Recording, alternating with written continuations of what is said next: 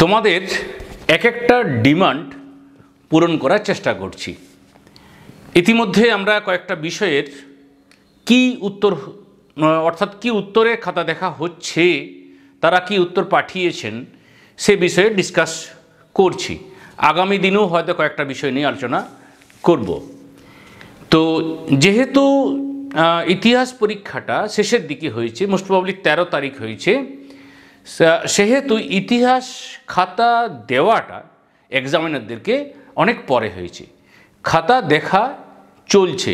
প্রথম লটের খাতা জমা দেওয়ার ডেট হচ্ছে 8, 9, 7 এরকম করে ডেটগুলো আছে। তো ইতিমধ্যে যে খাতাগুলো দেখা হয়েছে তার তথ্য বলবো এবং কি উত্তরে খাতা দেখা হচ্ছে সেটা দ্রুততার সাথে আলোচনা করব। ভালো লাগলে প্লিজ লাইক করো, চ্যানেলে নতুন হয়ে থাকলে চ্যানেলটা সাবস্ক্রাইব করো যদি তোমার কাজে লাগে, অন্যথায় না। এবং বন্ধু বান্ধবদের যদি মনে করো যে এটা শেয়ার করার প্রয়োজন তাহলে শেয়ার করবে। তো তোমাদের তো মানে কি বলবো, যে আমি দেখি যে আমাদের এই এত কাজ করার পরে, অর্থাৎ সকালে স্টুডেন্ট থাকে, স্কুল থাকে, সংসারের কাজ থাকে, তারপর তোমাদের জন্য এটা করা, তারপরেও তোমাদের কিন্তু লাইক পড়ে না। তো যাই হোক, সেটা তোমার ব্যাপার, আমি বললাম। তাহলে আমরা প্রথমেই উত্তরে যাব, এমসিকিউতে শুধু উত্তরগুলো বলছি। ডি, প্রথম number D James Mill, 2 J B Bury, 3 Latin, 4 গোলমরিচ, 5 Dalhousie, 6 Lord Cornwallis, 7 William Jones. আমরা এই উত্তরগুলোই দিয়েছিলাম। সমস্ত উত্তরের মধ্যে একটা উত্তর দেখলাম একটু অমিল আছে। সতীদাহ প্রথা রদ করেন লর্ড বেন্টিং। তারপরে 9 মহাশান্তি, 10 কংগ্রেস মুসলিম লীগ, 11 আত্মারাম পাণ্ডুরঙ্গ, 12 নবাব সলিমুল্লাহ, 12 1918, তারপরে 14 1935 স্তম্ভ মিলানোতে এ, আচ্ছা 16 Dinajpur, 17 Singapore, 18 Belgrade, 19 John F Kennedy. Comecon প্রতিষ্ঠা হয়েছিল। এটা দুটো ইউরোপের মধ্যে, সঠিক উত্তর হচ্ছে পূর্ব ইউরোপ। তারপর 21 জাপান, 22 1950, 23 1971, 24 1951। এরপরে ভাস্কো ডা গামা 1498, তারপরে আঙ্কেল টমস কেবিনের রচয়িতা হেরিয়েট রিচার্ড স্টো।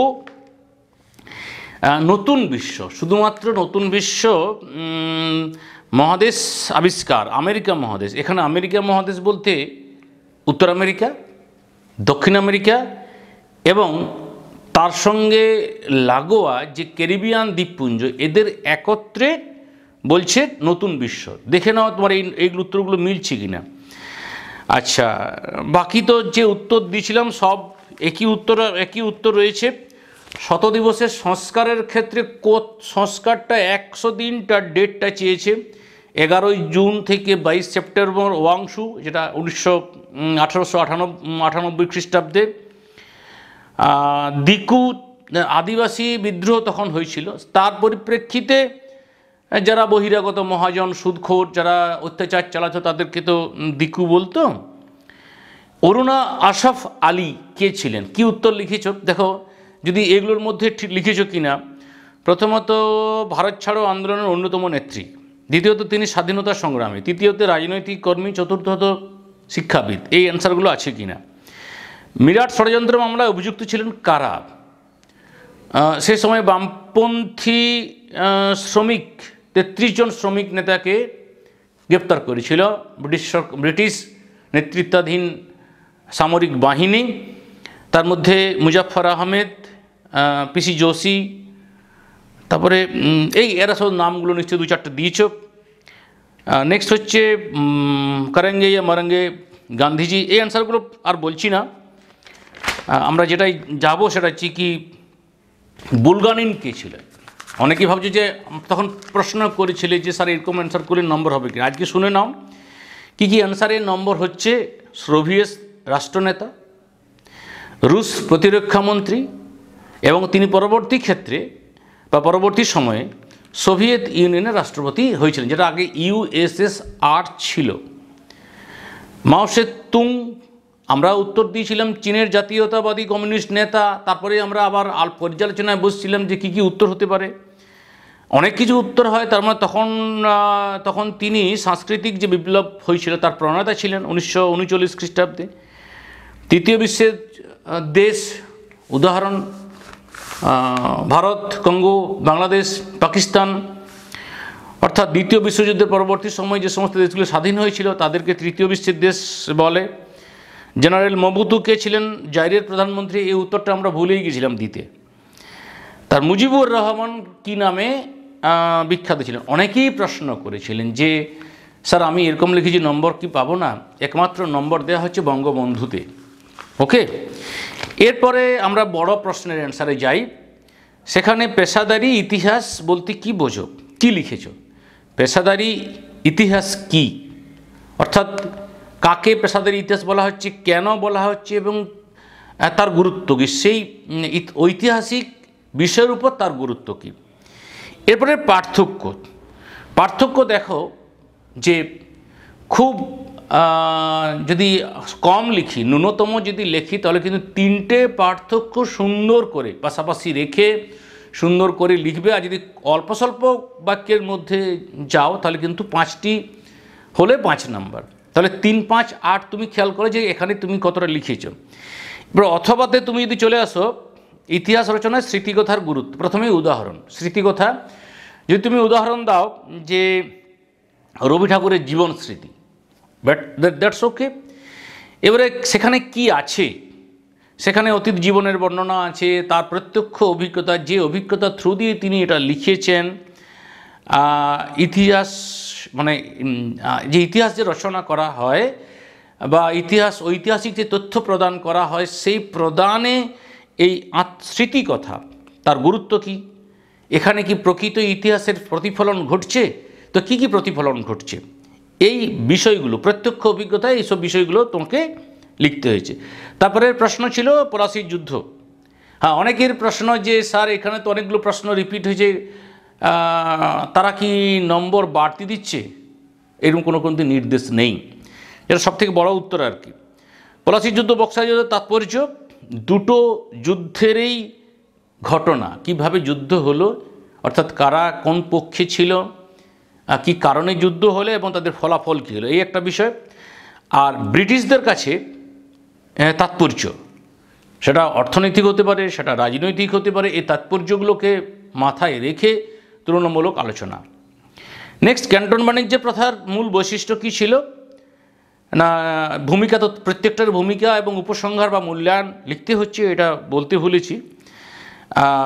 মূল লক্ষ্য, সেখানে কি কি ছিল, কি কি পণ্য ছিল, মানে কি কি বাণিজ্য হতো এবং তার কর কাঠামো কীরকম ছিল বা অন্য কোনো কাঠামো কী ছিল, বিদেশি বণিকরা বা বিদেশি কীভাবে বাণিজ্য হতো। আর এই বাণিজ্যের একটা মূল বিষয় ছিল সেটা হচ্ছে আফিম এখানে কিভাবে ভূমিকা পালন করেছিল। আর পতনের যে কোনো 4টি কারণ তোমাকে ডিসকাস করতে হচ্ছে।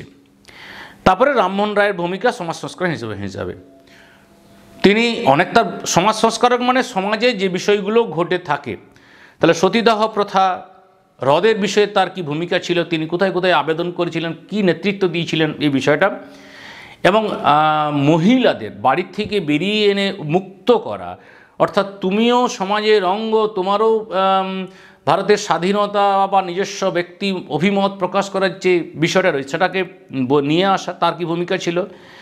আর জাতিভেদ প্রথার যে প্রচলন ছিল সেটাকে তিনি মানে চেয়েছিলেন যে বিনাশ ঘটুক। ঠিক আছে, এরপরে আমরা চলে আসবো মন্টেগু চেমসফোর্ড সংস্কার আইন, তার সমালোচনামূলক বিশ্লেষণ করো।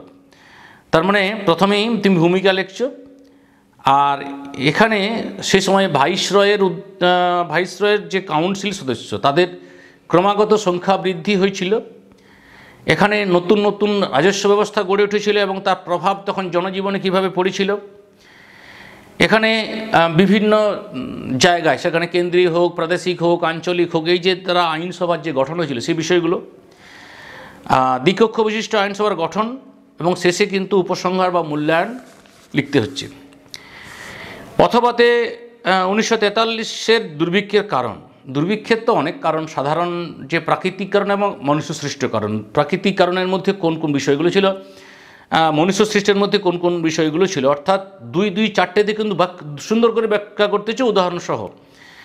এরপরে এই সময় ব্রিটিশ সরকারের ভূমিকা, ব্রিটিশ সরকার তখন তাদের ত্রাণ বন্টনের কী ভূমিকা ছিল, কোথায় কী ভূমিকা পালন করেছিল, আর অর্থ সাহায্য বা ত্রাণে কী কী সাহায্য দিয়েছিল সেটা লেখা, শেষে মূল্যায়ন করা। সুভাষচন্দ্র বসুর অবদান ভারতের স্বাধীনতা সংগ্রামে। প্রথমে তিনি তো আজাদ হিন্দ বাহিনী গঠন, দেশ থেকে চলে গিয়ে তারপরে সেখানে প্রাদেশিক সরকারের গঠন এবং তার কার্যাবলী কী ছিল। তিনি স্বাধীন মহিলা বাহিনী গঠন করেছিলেন এবং তিনি তার কি মূল্যায়ন, অর্থাৎ তিনি যে এটা করেছিলেন তার ফলে স্বাধীনতাটা কতটা এগিয়ে ছিল। কিউবার ক্ষেপণাস্ত্র সংকট বলতে কী বোঝে, এখানে সংজ্ঞা এবং পটভূমি দূরে লিখতে হচ্ছে। ঠান্ডা লড়াইয়ের প্রভাব, যেখানে চীন, ইউএসএ এবং ইউএসএসআর এদের সঙ্গে সম্পর্ক এবং তাদের ভূমিকা কী ছিল। শেষে প্রশ্ন ছিল বাংলাদেশের মুক্তিযুদ্ধ এবং ভারতের ভূমিকা। তো মুক্তিযুদ্ধে আওয়ামী লীগের কি ভূমিকা ছিল সেটা লেখা, আর অন্যান্য যে রাজনৈতিক সংগঠনগুলো ছিল প্রথম দিকে যে 4 নম্বর সেটা, আর এই যুদ্ধে ভারতের ভূমিকা। ভারত মানে প্রথমে তো ভূমিকা লিখলে, তারপরে ত্রিপুরাতে মুজিবুর রহমানের নির্বাসন দেওয়া হয়েছিল।